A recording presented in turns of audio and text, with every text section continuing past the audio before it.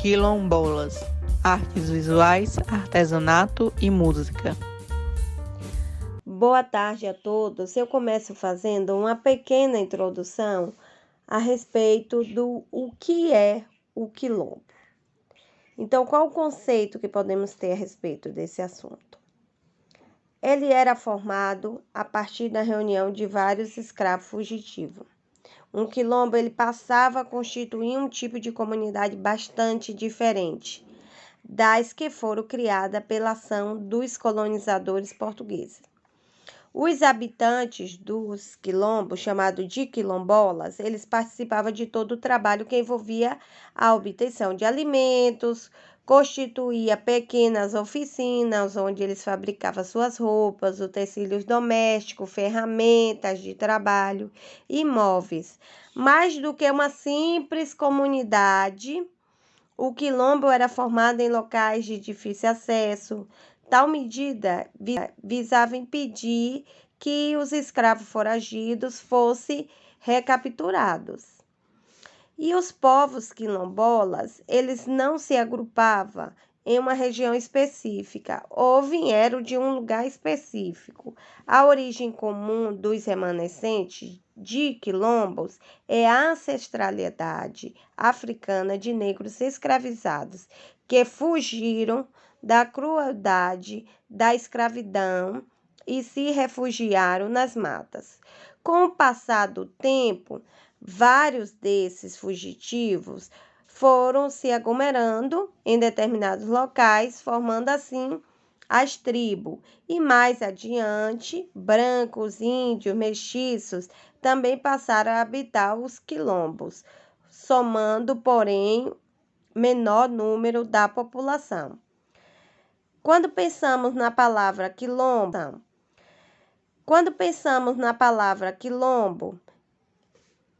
podemos dizer que esta palavra ela se origina do termo quilombo, né? Presente no idioma dos povos Batu, originários de Angola, e significa local de pouso ou acampamento. Os povos da África Ocidental, antes da chegada dos colonizadores europeus, especialmente os nômades, e os locais de acampamento eram utilizados para repouso em longas viagens. Por isso que esse nome acabou se aderindo, né? E eu finalizo aqui e passo agora para o colega que irá dar continuidade. Agora, vamos falar um pouco sobre a cultura? Então, o que é a cultura quilombola? Como podemos dizer como é a cultura do quilombo do Quingoma também, por exemplo? Então, resumindo, o povo do quilombo é um povo alegre, né, que gosta muito de música e de dança. Então, o canto, ele está sempre presente em seu cotidiano, né, dos quilombolas e também nas festas. Entre os quilombolas, há também um grande número de cantores e de compositores, que eles relatam em suas músicas a vida, a luta e a esperança do seu povo, né, por dias melhores. E também, uma curiosidade é que, segundo Freitas e Paranhos,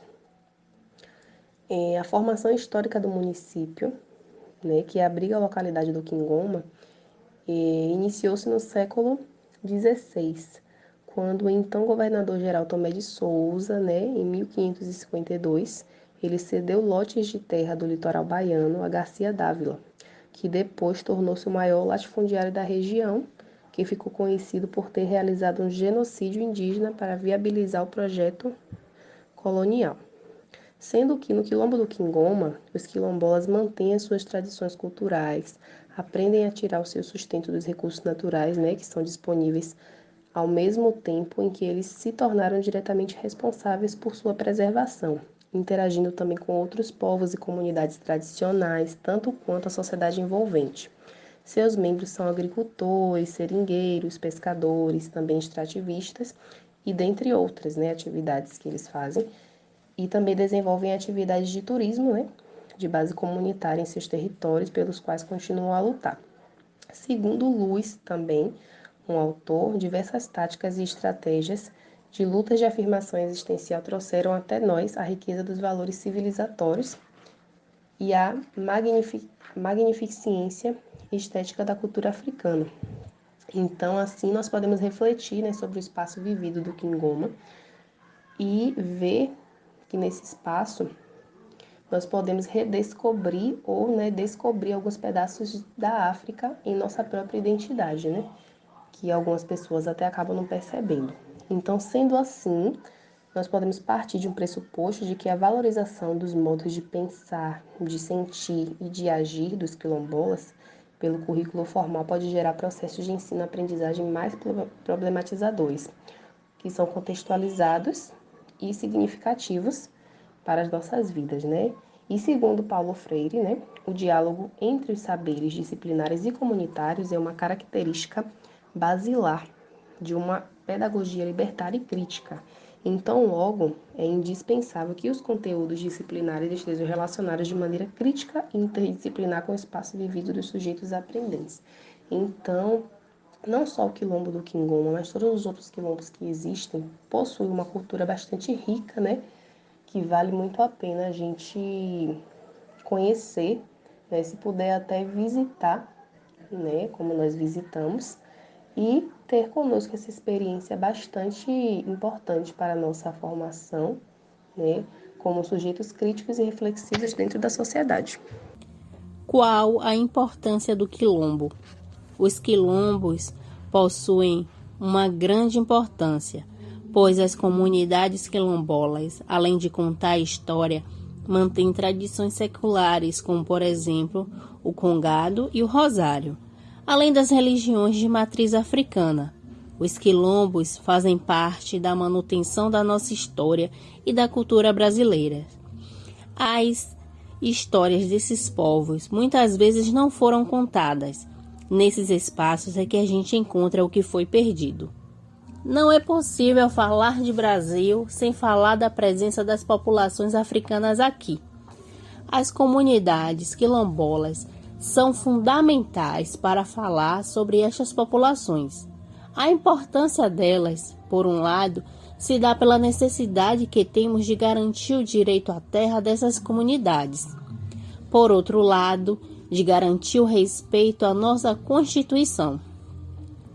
As comunidades quilombolas lutam arduamente para garantir o seu acesso à terra e pela manutenção das suas culturas.